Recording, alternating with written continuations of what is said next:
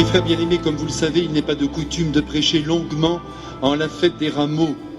La proclamation solennelle de la passion de Jésus que nous venons d'entendre suffit à bouleverser notre esprit, notre mémoire, notre cœur. Et quand le cœur est touché, que voulez-vous dire de plus? Cependant, je ne puis m'empêcher d'ajouter 3 mots, vous me connaissez, 3 mots seulement, en l'honneur de cette belle fête des rameaux que nous vivons aujourd'hui et dont le sens ne doit pas nous échapper.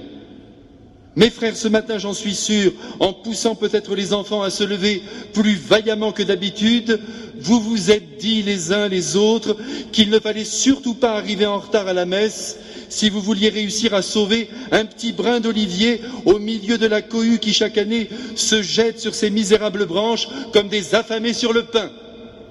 Et vous avez bien fait d'agir de la sorte.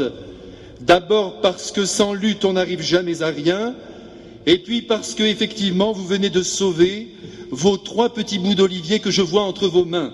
Et surtout, parce que vous manifestez ainsi que vous croyez au pouvoir mystérieux de l'eau bénite, inondant vos rameaux au moment de leur bénédiction. La Provence est pleine d'oliviers, mes frères. Ce ne sont pas leurs feuillages que vous recherchez. Vous n'êtes pas les adeptes d'une religion naturelle qui donnerait à un élément appartenant au monde physique un quelconque pouvoir céleste. Non, pas du tout. Vous croyez simplement, parce que vous êtes chrétien, que la bénédiction donnée solennellement par la Sainte Église à ces rameaux d'olivier que vous placerez tout à l'heure dans vos maisons confère une particulière protection au lieu que vous habitez. Et vous avez raison de le penser, ce n'est pas là de la magie, c'est de la foi, et avec vous, je le crois. D'ailleurs, j'en veux pour preuve que l'Église ne permet pas que les rameaux bénis soient jetés. Elle exige même qu'une fois secs, ils soient brûlés. C'est bien là le signe qu'ils sont détenteurs d'une valeur spirituelle qu'on ne saurait profaner. Aussi, mes frères, j'en suis sûr, avant ce soir, et peut-être même tout de suite après la messe en rentrant chez vous, vous glisserez sur le bois de la croix, derrière le corps de Jésus, imbibé de souffrance et d'amour, cette branche d'olivier encore verte de vie. Et vous vous souviendrez alors que Jésus, actuellement vivant dans le ciel, vous protège comme un père protège son enfant, en attendant de vous accueillir un jour au jardin verdoyant du paradis dont nous ne savons pas grand-chose si ce n'est que le bonheur s'y trouve. C'est donc bien clair, le rameau que nous tenons entre nos mains, parce qu'il vient d'être béni, est signe de protection. Cependant, il est bien plus que cela. Et pour le comprendre, il faut absolument que nous retournions à Jérusalem et que nous assistions à la fameuse entrée triomphale de Jésus. Regardez comme il est beau, comme il est majestueux, monté sur son petit âne, enveloppé par les acclamations d'un peuple qui depuis 3 ans lui fait confiance et qui vient d'être bouleversé, et ce fut l'apothéose, par la retentissante résurrection de Lazare. En effet, à peine Jésus franchit-il la porte de la ville, que la foule accourt de toutes parts, comme vous ce matin. Un cortège s'organise, les gens se bousculent. À qui sera le plus près du Christ? Quelqu'un enlève son manteau et le place en forme de bât sur la pauvre bête pour que notre Seigneur soit bien assis. D'autres ôtent leurs vêtements, leurs capes, leurs tuniques et les jettent en tapis d'apparat sous les sabots de l'âne. Et pour l'occasion, car des messagers avaient annoncé le passage du Maître, la foule a préparé, comme vous, des brassées de feuillage et d'herbes fleuries pour joncher la route de joie colorée. Et ce n'est pas tout. Certains grimpent encore sur des palmiers et dans les oliviers pour arracher les jeunes pousses. Et la foule les brandit à présent, acclamant d'une voix unanime le roi pacifique, le Messie tant attendu, le vainqueur de la mort, autant dire l'amour incarné, l'amour avec un grand A. Cependant, ne nous y trompons pas, ce n'est pas là, mes frères, l'expression d'une exaltation d'un peuple heureux de fêter son libérateur.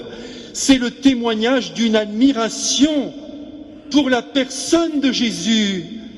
Et comme l'a si bien dit Jean Cocteau, un homme ne peut être admiré sans être cru.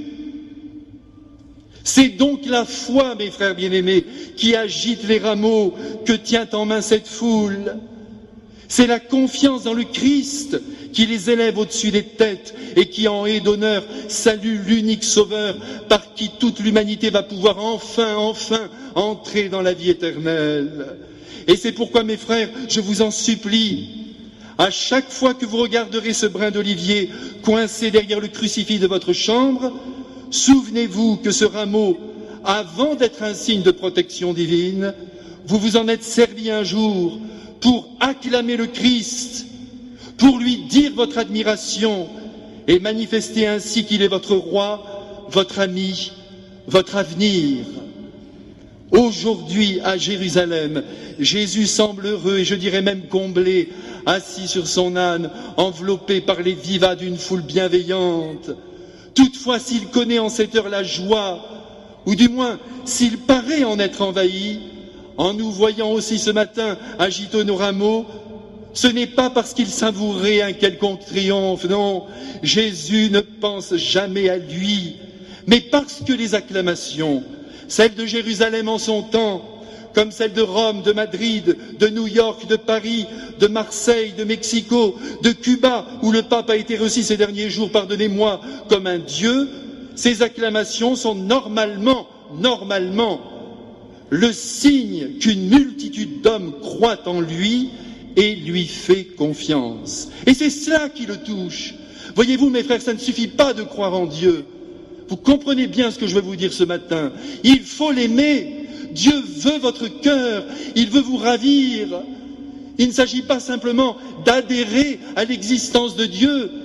Il faut voir le Christ dans le ciel, avec sa mère, la très sainte Vierge Marie, à ses côtés, tous nos défunts. N'oubliez pas que la vie est courte, mes frères. À part les enfants qui sont ici, dans 60 ans, il n'y aura plus personne. Et là, nous comprendrons combien notre Seigneur nous aime et combien il nous a sauvés. Alors je vous en supplie, mes frères, en posant ce beau geste de votre présence aujourd'hui dans cette église, redites au plus secret de votre cœur combien vous aimez Jésus et combien vous voulez l'aimer encore davantage et le dire au monde qui ne le connaît plus. En ce moment même, dans l'au-delà, j'en suis sûr, le Christ se réjouit de vous voir si nombreux dans cette église. Comment pourrait-il en être autrement? Il ne peut que constater, caché sous les rameaux que vous avez élevés tout à l'heure, l'immense foi qui vous habite. Et pour le dire d'un mot plus simple, la confiance éperdue que vous mettez en lui.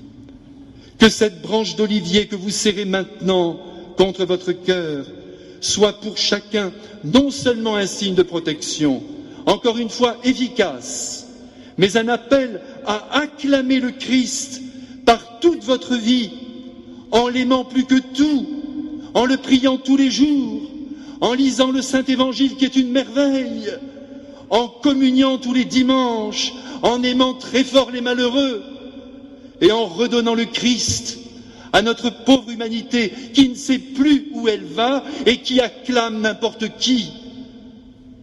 Mes frères, soyons fiers d'être chrétiens. En cet instant, Jésus nous regarde et il appelle donc notre fidélité pour les années qui nous restent à vivre. Ne le décevons pas. Bonne fête des rameaux à tous.